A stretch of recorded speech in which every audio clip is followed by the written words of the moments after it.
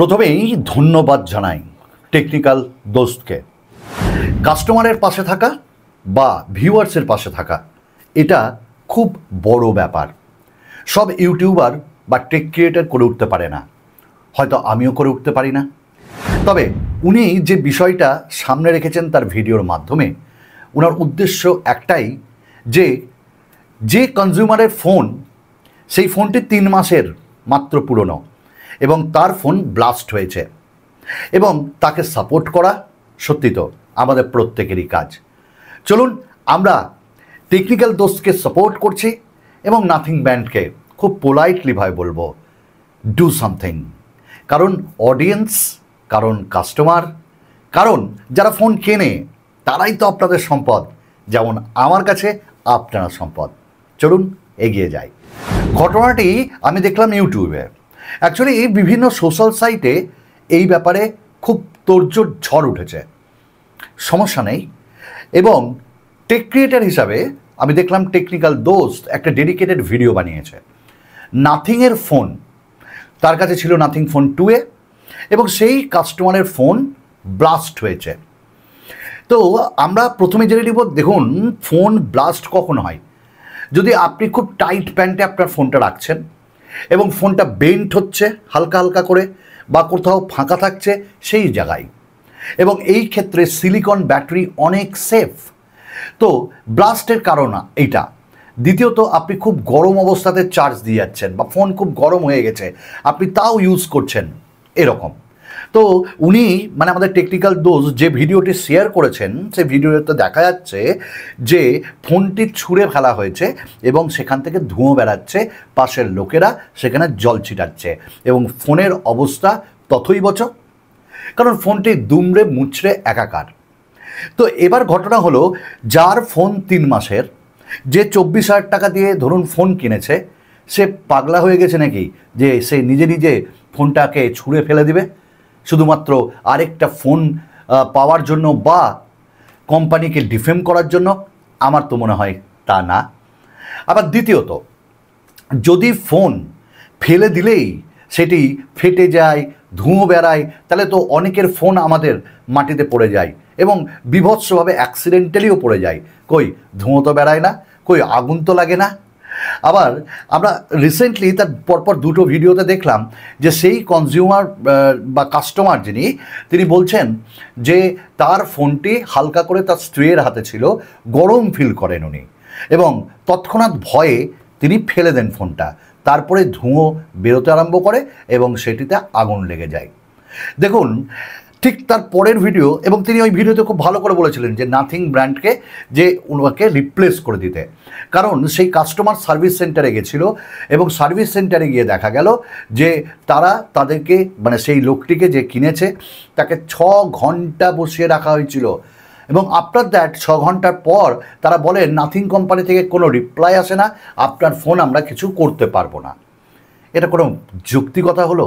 এরকমই ঘটনা। এবং তার পরের ভিডিওতে দেখা যায় টেকনিক্যাল দোস্তকে পুরো ধমকানি, চমকানি এবং থ্রেটেনিং করা হচ্ছে ফ্রম নাথিং ব্র্যান্ড। তারা বলছেন যে আপনারা আমাদেরকে ডিফেম করছেন, আর ডিফেম করার জন্য আমরা লিগ্যাল ইস্যু নেব, এবং লিগ্যাল ইস্যুতে দেখা যাচ্ছে যে ওনারা কেস ঠুকবেন টেকনিক্যাল দোস্তের এগেনস্টে। দেখুন আমার মনে হয়, এবং টেকনিক্যাল দোস্ত অবশেষে বলে প্রত্যেকটা ক্রিয়েটারকে যে আপনারা আমাকে সাপোর্ট করুন, তবে ভয় আমি পাবো না, আমি অ্যাট লাস্ট সেই কাস্টমারের সঙ্গে শেষ পর্যন্ত যাব। ডিফেম মানে কি? নাথিং বিশাল বড় ব্র্যান্ড নাকি যে তাকে ডিফেম করা হচ্ছে? অ্যাপেলের মতন ব্র্যান্ড আছে, তাকে ডিফেম কেউ করে না। স্যামসাং আছে, বড় বড় ভিভো আছে, আইকিউ আছে, ভাই নাথিং তো এই তো বাচ্চা। তো এবং একজন ক্রিয়েটারের কী লাভ? আমি যদি আজকে ভিভোকে ডিফেম করি বা স্যামসাংকে ডিফেম করি জেলাসির কারণে, আমার কী লাভ? কিছু লাভ তো না। তো এইখানটায় দেখা যাচ্ছে যে তাকে একটা লিগ্যাল নোটিশ পাঠানো হয়েছে এবং বারবার তাকে হোয়াটসঅ্যাপ বলুন বা কল করে বলুন, বারবার তাকে শাসানো হচ্ছে। তিনি সবারই কাছে সাহায্য চাইছেন। আমিও বলছি যে ব্র্যান্ডকে ডিফেম নয়, ব্র্যান্ড যদি ভালো কাজ করে ওয়েল অ্যান্ড গুড, ব্র্যান্ড যদি খারাপ কাজ করে প্রত্যেকের মুখ খোলা উচিত।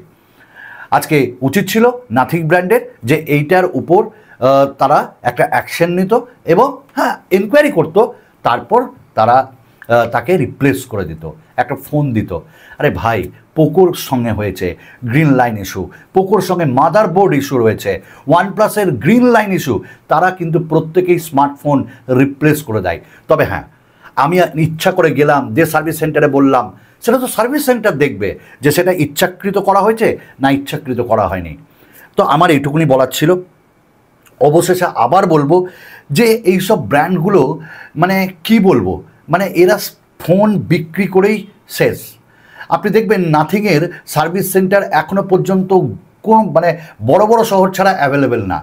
থ্যাংক গড আমার শহরে নাথিংয়ের সার্ভিস সেন্টার ছিল, তাদের ব্যবহারও ভালো ছিল। কিন্তু অনেক জায়গায় ব্যবহার খারাপ করা হয়, শুধু আমি নাথিং বলে বলছি না, Motorola even, Motorola service centre অনেক জায়গায় নাই, কিন্তু মোটোরোলা অ্যাটলিস্ট কাজ ভালো করছে। দেখুন, ফোন হলো একটা টেকনোলজি, যখন তখন খারাপ হতে পারে, মানুষেরই নিঃশ্বাসের বিশ্বাস নাই, তাহলে একটা ফোনের কি করে আমরা গ্যারেন্টি দিতে পারি? তো খারাপ হলে সার্ভিস যারা সার্ভিস সেন্টার তাদের হেল্প করা উচিত, ব্র্যান্ডের হেল্প করা উচিত, শাসানো নয়, লিগ্যাল নোটিশ পাঠানো নয়। এবং তাকে বলেছে ভিডিও ডিলিট করতে হবে 24 আওয়ার্সের মধ্যে, এবং অ্যাপোলজি চাইতে হবে মানে লোকের কাছে যে সে মিথ্যা করে ডিফেম করেছে কোম্পানিকে। একজন ক্রিয়েটর করবে? আমার মনে হয় না। তো আচ্ছা, আমি ভিডিওর মাঝে একটু এলাম, আমি জিজ্ঞাসা করছি দাদাকে যে দাদা, যদি তুমি নাথিং হতে তাহলে তোমার কি রেসপন্স থাকতো, একটু যদি দর্শকদের জানাতেন। আমি যদি ভালো ব্র্যান্ড হতাম, খুব ভালো প্রশ্ন করেছে, এবং আমার বন্ধু কাম ছোট ভাই ডিভাইস ইন থেকে, তো ও ক্রিয়েটার।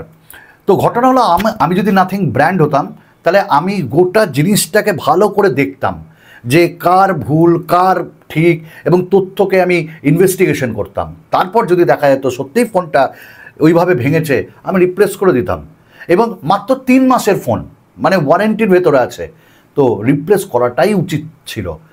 তো জানি না কালপেই কী করছে বা ওনাদের লোকজন কী করছে।